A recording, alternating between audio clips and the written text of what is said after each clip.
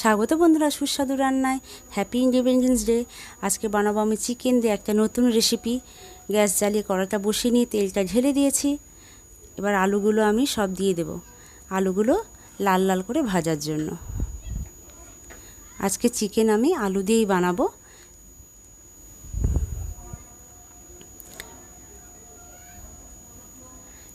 চিকেনটাও আগে থেকে আমি ধুয়ে এনে রেখেছি, আলুগুলো আগে কেটে রেখেছিলাম। তো আলুগুলো হয়ে গেছে ভাজা, দেখুন এইভাবেই লাল লাল করে আপনারাও ভাজবেন।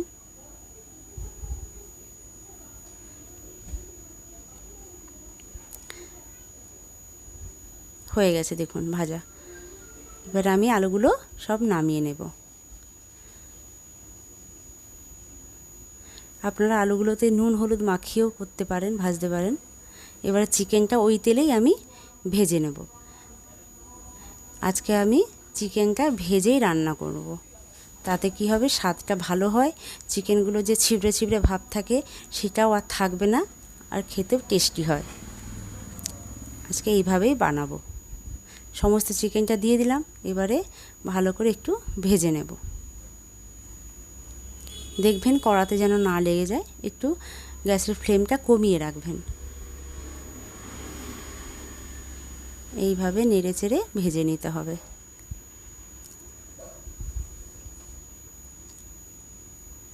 আমরা সাধারণত চিকেন সবাই রান্না করেই থাকি, কিন্তু এইভাবে একটু বানালে ভালো লাগবে খেতে। এবার হয়ে গেছে ভাজাগুলো। এবার আমি কী করব, ছেঁকে ছেঁকে তুলে নেব। তেলটা যেন না উঠে আসে, একটু দেখবেন। এবারে ম্যারিনেট করে নেব। টক দই দিয়ে দিলাম। এবারে দিলাম কাশ্মীরি লঙ্কার গুঁড়ো আর স্বাদ মতো নুন, আর দেব গরম মশলা গুঁড়ো আর ধনে গুঁড়ো। এবারে চামচ দিয়ে একটু আমি ভালো করে মাখিয়ে নেব। আর কাঁচা লঙ্কা দিয়ে দেবো, যে যার স্বাদ মতন দেবেন, যে যেরকম ঝাল খান। তেলটা গরম হয়ে গেছে, ওই তেলেই আমি দিয়ে দেবো গরম মশলা, গোটা গরম মশলা, আর দেব জিরে আর শুকনো লঙ্কা। জিরেটা একটু ভালো করে লাল লাল করে ভেজে নেব। দেখুন জিরেটা লাল করে ভাজা হয়ে গেছে। এবার পেঁয়াজ কুচিটা দিয়ে দেবো। পেঁয়াজটা একটু ছোট্ট ছোট্ট করে কেটে নেবেন, তাহলে ভালো হবে ভাজা হতে।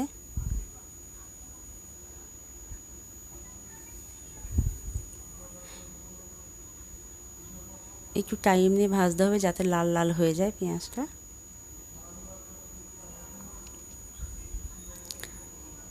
পেঁয়াজটা ভাজা আমার হয়েই এসেছে।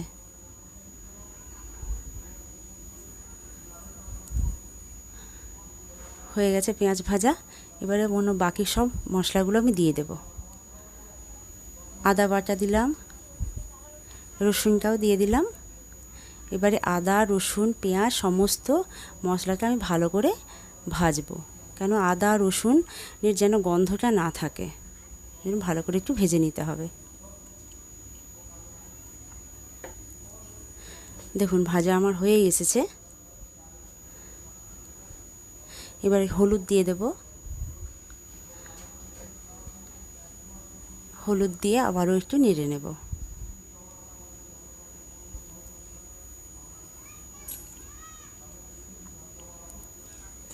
হয়ে গেছে ভাজা এটা।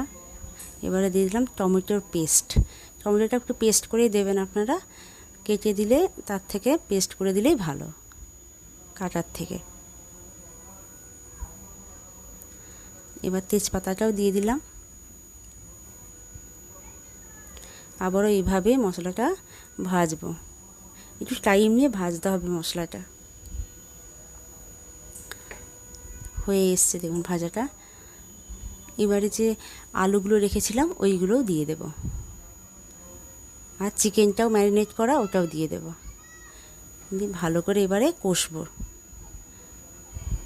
এইভাবে দেখুন একটু কষে নেব, যাতে মশলাটা চিকেনের মধ্যে ভালো মতন ঢুকে যায়।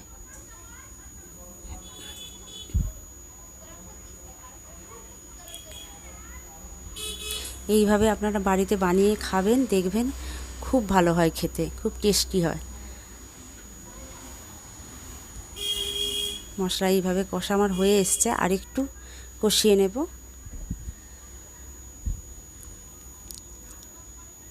দেখুন লাল লাল হয়ে এসছে,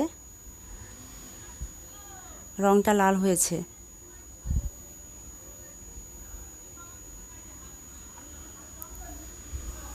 এটাতে আমি জল দেব না, কারণ কি এটা কষা হবে, বেশি জল দেব না, সামান্য একটুখানি জলই দিয়ে দেব। এবার ভালো করে নাড়িয়ে নেব।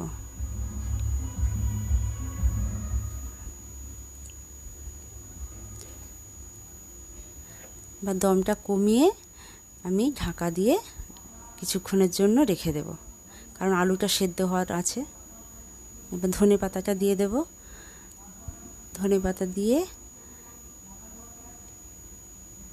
একটু ফুটে নিক আর একটু। দেখুন মাংসটা আমার হয়ে এসেছে। এরকমভাবে একটু মাখা মাখা হবে। ব্যাস হয়ে গেছে মাংস রান্না আমার। এবারে নামিয়ে দেখাবো আপনাদের একটু। দেখুন কেমন হয়েছে, কালারটাও খুব সুন্দর হয়েছে।